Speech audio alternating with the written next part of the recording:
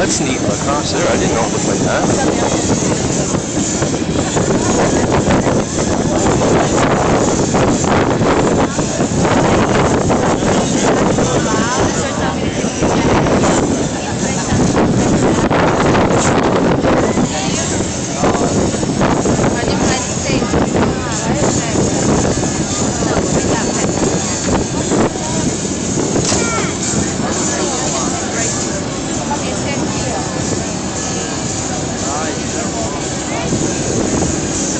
Alright folks, good afternoon, welcome aboard. Hi everyone, how you doing? Welcome to New York City. Welcome to City Sites Tours. My name's Neil, I'm your tour guide. Our captains Paul, our deckhands are John and Allah. We all welcome you aboard. Folks, on the upper deck, we take a brief look up front here. We'll make a little eye contact to see who's talking to you. I'll see your faces for a moment. Hello, hi everyone, how you doing? Welcome, glad you're here. Welcome to all those people on the lower deck as well. I know a lot of people down there. Again, my name's Neil. I'm your tour guide. I'm here on the upper deck. Folks, I'd really appreciate it if you'd listen up for a brief moment while I give you the run of the boat. The front stairs are closed. Do not go on the front stairs. They're closed, but there are stairs in the back of the boat. If you'd like to go between decks, go all the way back and use the stairs there. Downstairs, you'll find bathrooms, a concession stand, indoor seating, but you're not limited to being indoors. You're welcome to step all the way out to the railing on the front deck. It's an excellent spot on the boat. So you have the run of the whole boat except for the front staircase. A few quick safety announcements. No smoking, no standing on the seat, sitting on the seat backs, or standing on the railings. In the unlikely event of an emergency, you'll take instructions from our deckhands. But not to worry, sit back and relax, okay? Out to our left is an extremely tall building with a big spire on it. It's the Art Deco masterpiece, the Empire State Building, which has been adding grandeur to the New York skyline since 1931. It was the world's tallest building for 42 years, 1,454 feet to the top of the spire. The building has two excellent observation decks on it. The main deck is only 86th floor, but they recently reopened the 102nd floor deck as well, and it's extremely high up. The Empire State Building was an amazing construction project built from start to finish in only 14 months, but it was considered to be a failure for quite some time as it opened in 31 but didn't reach its full capacity until the late 1940s, and it was derisively nicknamed the Empty State Building. We know it now, of course, as one of the great skyscrapers in the world, and certainly a tremendous symbol in New York City in the heart of Manhattan, 34th Street and 5th Avenue. To the right is the state of New Jersey. It is nicknamed the Garden State. It's a part of the mainland of the U.S. Now, I'll be talking more about New Jersey later. For the moment, I want to acquaint you with where we are. That's the mainland to the right. This river that we're on is a north-south river. We're headed south on it. To our left is the long and narrow north-south island of Manhattan. It's about 13 miles long north-south and 2 miles wide. So it's a long and narrow north-south island of Manhattan.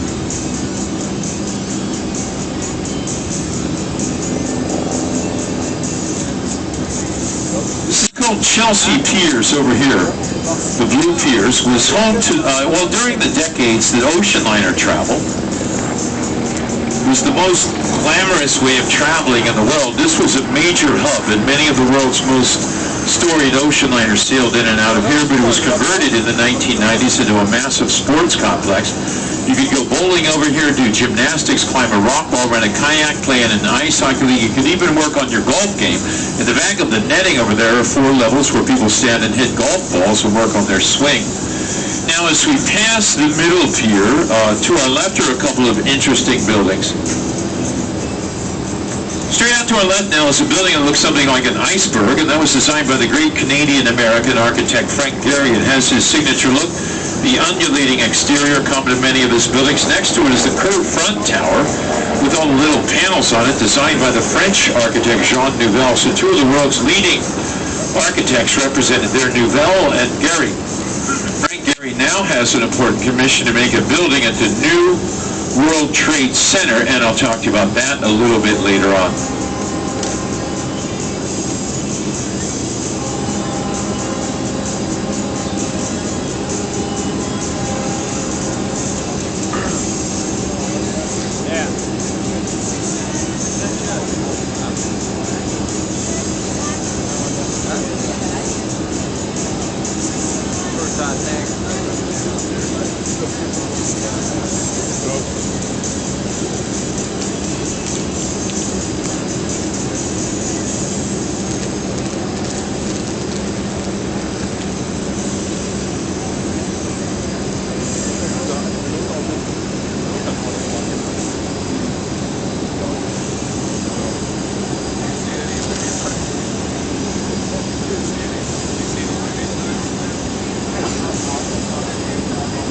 Folks, here is what we'll do on this trip. We're going to go straight down the Hudson and around the south end of Manhattan. We'll go up the other side on the East River to the Midtown area where we'll see the United Nations and the Chrysler Building.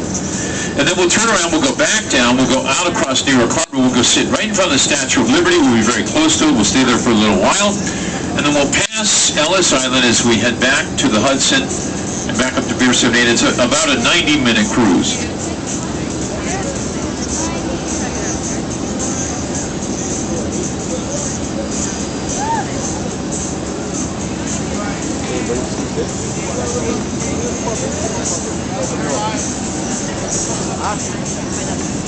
Cool, let it rip.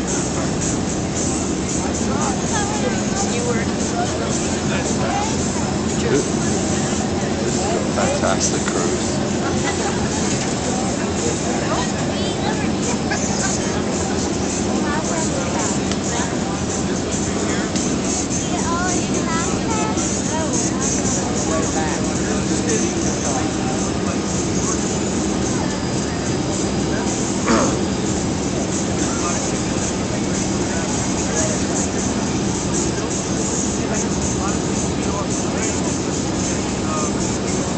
The neighborhood out to our left now is one of the most famous neighborhoods in the world. It's Greenwich Village, famous largely because it was home to American Bohemia for decades. Many of the country's great artists came to prominence in the village, from the incomparable Mark Twain to the avant-garde novelist Jack Kerouac, the poet Edna St. Vincent Millay, America's only Nobel Prize-winning playwright Eugene O'Neill, Bob Dylan launched his career in the early 60s at the little folk clubs that lined Bleecker Street at the time. One of the last things that Jimi Hendrix did in his short life was to start Electric Lady Studios, still a thriving recording studio on 8th Street in the Village, but it's no longer so much a bohemian center. It's now a very expensive area in which to live, but it's still quite an arts-based community with some of the city's best off-Broadway theater companies. One of the country's great acting schools, HB Studio on Bank Street in the West Village, and great jazz clubs continue to thrive, such as the Village Vanguard and the Blue Note.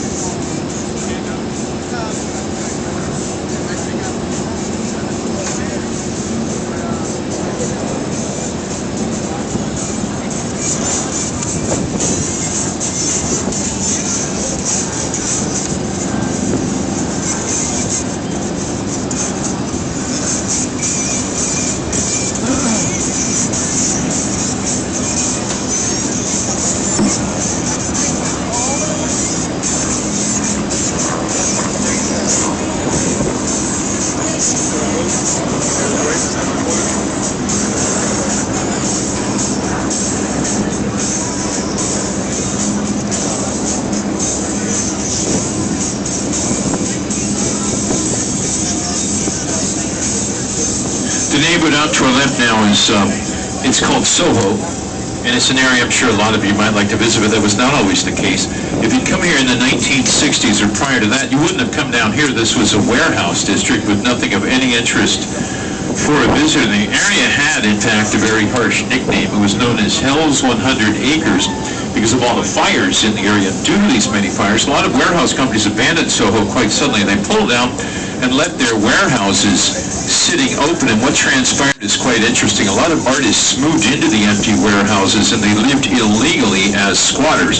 And so the city tried to get them out, but the artists won a landmark legal case and were allowed to stay, which led to a transformation of the area because, as it turned out, many of these artists were tremendously talented world-class artists. In the 1980s, Soho went through an amazing rapid rise to become the epicenter of the art world as people from all over the globe flocked to this newly hip